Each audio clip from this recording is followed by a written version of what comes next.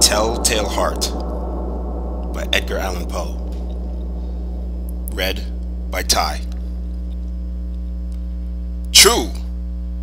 Nervous. Very, very dreadfully nervous. I had been and am. But why will you say that I am mad? The disease had sharpened my senses, not destroyed, not dulled them.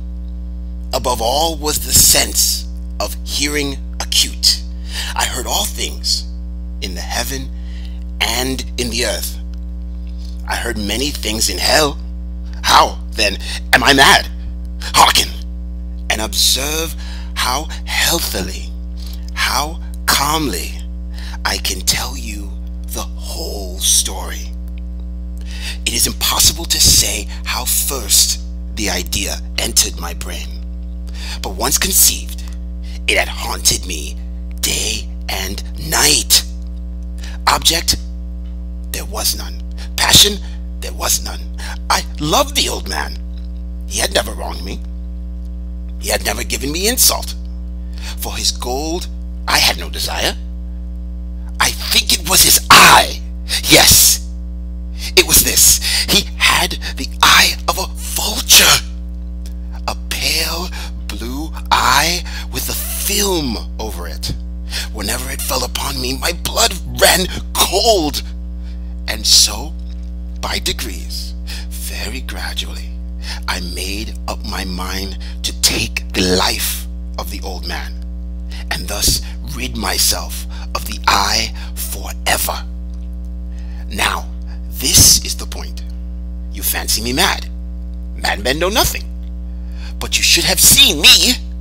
You should have seen how wisely I proceeded, with what caution, with what foresight, with what dissimulation I went to work.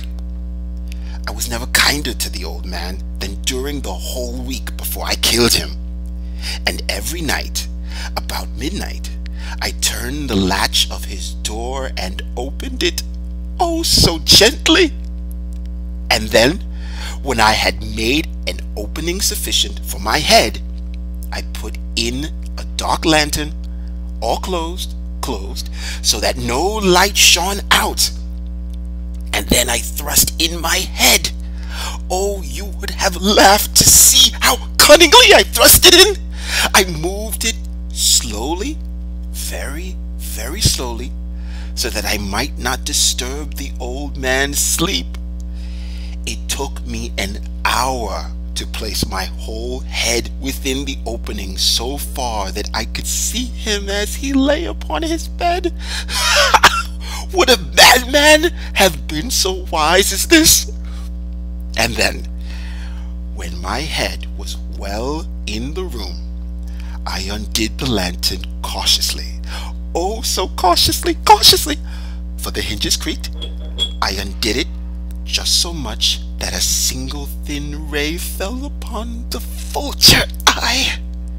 And this I did for 7 long nights. Every night, just at midnight. But I found the eye always closed, and so it was impossible to do the work. For it was not the old man who vexed me, but his evil eye. And every morning, when the day broke, I went boldly into the chamber and spoke courageously to him, calling him by name in a haughty tone, and inquiring how he had passed the night. So you see, he would have been a very profound old man, indeed, to suspect that every night, just at 12, I looked in upon him while he slept. Upon the 8th night, I was more than unusually cautious in opening the door. A watch's minute hand moves more quickly than did mine. Never before that night had I felt the extent of my own powers, of my sagacity. I could have scarcely contained my feelings of triumph to think that there I was, opening the door, little by little, and he not even to dream of my secret deeds or thoughts. I fairly chuckled at the idea, and perhaps he heard me, for he moved on the bed suddenly as if startled. Now you may think that I drew back, but no. His room was as black as pitch, with a thick darkness, for the shutters were closed, fastened, through fear of robbers, and so I knew that he could not see the opening of the door, and I kept pushing it on steadily. I had my head in, and was about to open the lantern, when my thumb slipped upon the tin fastening, and the old man sprang up in bed, crying out, "Who is there?" I kept quite still, and said nothing. For a whole hour I did not move a muscle, and in the meantime I did not hear him lie down. He was still sitting up in the bed, listening, just as I have done night after night, hearkening to the death watches in the wall. Presently I heard a slight groan, and I knew it was the groan of mortal terror. It was not a groan of pain or of grief. Oh no! It was the low, stifled sound that arises from the bottom of the soul when overcharged with awe. I knew the sound well.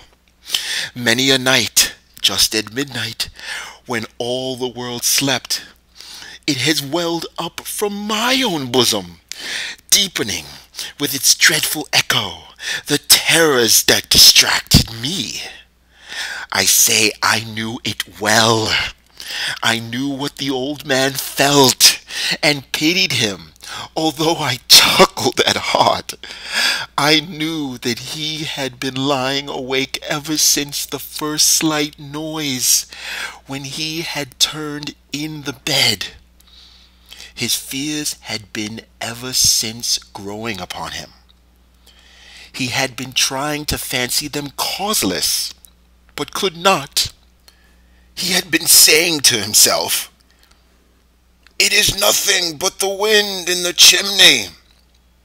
It is only a mouse crossing the floor." Or, "It is merely a cricket which has made a single chirp."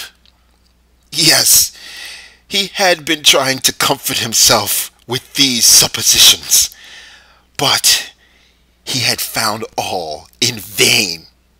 All in vain, because death, in approaching him, had stalked with his black shadow before him, and enveloped the victim. And it was the mournful influence of the unperceived shadow that caused him to feel, although he neither saw nor heard, to feel the presence of my head within the room. When I had waited a long time, very patiently, without hearing him lie down, I resolved to open a very, very little crevice in the lantern. So I opened it. You cannot imagine how stealthily, until at length a simple dim ray, like the thread of the spider, shot from out the crevice and fell full upon the vulture eye. It was open, wide open, and I grew furious as I gazed upon it. I saw it with perfect distinctness, all a dull blue, with a hideous veil over it that chilled the very marrow in my bones. But I could see nothing else of the old man's face or person, for I had directed the ray as if by instinct precisely upon the spot.